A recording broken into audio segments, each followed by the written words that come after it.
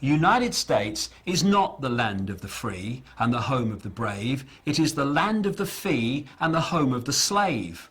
And more Americans are waking up to that fact, and hallelujah to that, because only if they do so and then act upon their new perception will they truly have any chance of living in a land that is anyway associated with freedom, and a land that makes a contribution to peace in the world, not a contribution to more and more slaughter, more and more conflict, and therefore more and more acquisition of people and land. We are now at the point where those institutions and these institutions of control and surveillance and all the rest of it are now being put in place. So this hidden dictatorship all this time is now coming to the surface where it can be seen. And this gives us an opportunity for people to actually start to do something about what's happening. Because instead of being some far off sometime over the rainbow, it might come sometime, it's now in our face. The police state is staring us in the eye. And it's getting more and more imposed upon us and more imposed on society every day. More and more people are waking up faster and faster and faster. Now, there's a reason for this, which we can discuss at another time. It's to do with an energetic change, which is affecting the way people see the world and see themselves, and it's been predicted a very long time. And the elite are trying, in simple terms, to put the lid upon that awakening. He asked me to get back in my car, and I again said, "Show me the tape, please show me the tape."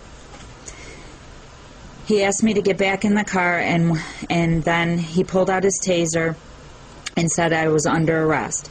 I said, "Don't do this in front of my kids." I got back in the car, and he said he wanted me back out of the car now. And I said, "Why am I under arrest? I've done nothing wrong. I wasn't speeding. I wasn't on my cell phone." He then yanked me out of the car and wanted me to go down, put my hands or lie. Pulled his taser out, and the first shot jolted me, and I was trying to get back in the car again because I was scared. And then he yanked me away again, and that's when he tased me, and I went down on the ground. It felt like it was it was an electrical shock going through you, and I had no control over anything. And he's still trying to get me down to the ground, but I was still being electrified. I'm sick of this, and I'll tell you why I'm sick of it. Because while these pathetic, naive people, despite all the evidence before them, are looking the other way, "Oh no, it's just paranoia," while they're doing that, they are allowing these people to impose their will on my children, on my life, and I'm not having it. And if people would just engage a few more brain cells, open the eyes and look, they will see the scale of fascism, no other word for it, that we are being subjected to today. And if you don't wake up and you go on looking the other way, well, the fascism just gets more, and eventually it will dawn on you, and by then it will be too late. Don't look to me for sympathy when it happens, mate, because you got your chance now. I'll sign it. Get over here now! Give it to me and I'll sign it.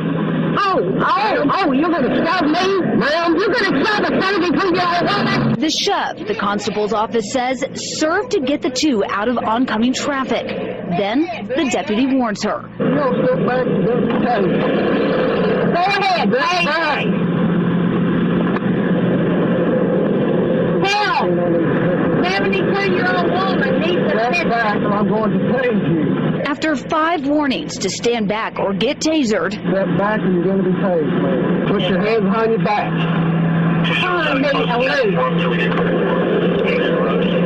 I'm getting back in my car. You're going to be tased. Stop. I'm getting back in my car. No, ma'am. Tase it. Get on the ground. Get on the ground. Now put your hands behind your back. Put your hands behind your back. You're going to be tased again. And if they, the people sitting on their backsides and sitting on their hands and looking the other way now, don't join with those who are challenging this gathering police state, then those who are challenging it now, who've understood what's happening and the methods used to impose it, they are going to be not with us when the knock comes on their door. Oh, I've just had a knock on the door. What do I do? Go down the concentration camp, mate. There's loads of people there who were telling you years ago that this was coming. You were watching the soap at the time, remember? It's unbelievable that people can be so blind when now it is so close to their eyes. Those who remain, by order of the City of Pittsburgh Chief of Police, I hereby declare this to be an unlawful assembly. I order all those assembled to immediately disperse. You must leave the immediate vicinity. If you do not disperse, you may be arrested and or subject to other police action.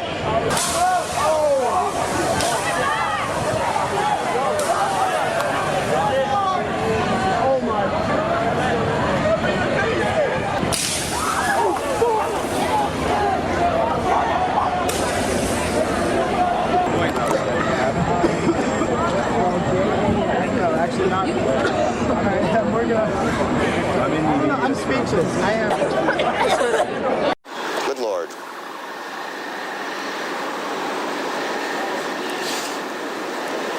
There are no words.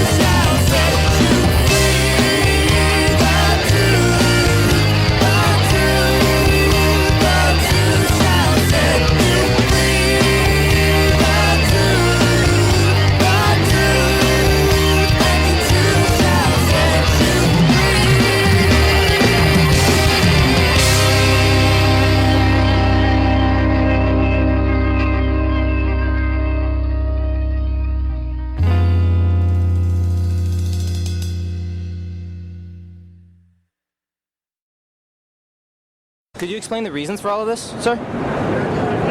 What's happening? Sir?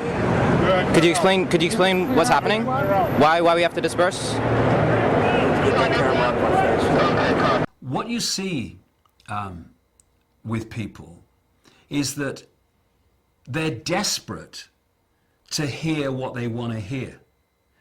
And they're desperate for people to say, oh, no, these conspiracy theorists, they're all crazy, you know, they're all paranoid. It's not really going on. It's ridiculous. And this is done to protect you. This is done for you. You know, we're the government. We care for you. This is why we're doing it. So you go to sleep, you know, watch the telly. There's a game on in a minute, and you'll be fine. And we're just going to build another concentration camp. Okay, see you later.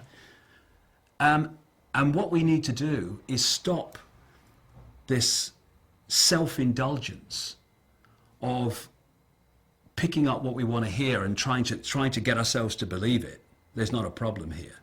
And actually look it in the face and realize that, if anything, George Orwell understated what we are heading towards unless we step up en masse and say enough, no more. So, are we going to make a stand now and draw a line in the sand and say here and no further? In fact, we're going to roll this back? Or are we going to wait until it's got really, really extreme, by which time there'll be so much infrastructure in place that drawing a line in the sand will be a serious challenge? And it's no good. I said to some policemen in Parliament Square a few months ago, ask yourself, when your child says to you, Mummy and Daddy, what were you doing when the police state was introduced? Oh, well, I was watching the telly, honey. Or in the policeman's case, I was helping to introduce it, dear. That's the situation we're facing. I'm sorry that I'm struggling to find words, because words fail me. The idea that governments, with their record, have the interests of the people at heart. Anyone who believes that is basically a lost cause in terms of understanding what's happening in the world. And I'll just leave them to get on with it. And when the knock comes on their door, don't call me. If people don't like it, well, they just have to do the other thing, because this is how it is. And we either face it now, or we face it a little bit further along the road, when if we think it's not very good now, it'll be a bloody nightmare by then.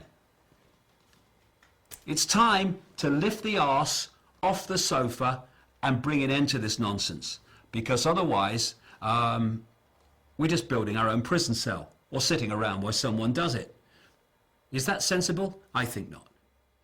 Rise like lions after slumber in unvanquishable number. Shake your chains to earth like dew, which in sleep has fallen on you. Ye are many, they are few. When we figure that out, there goes their way of life.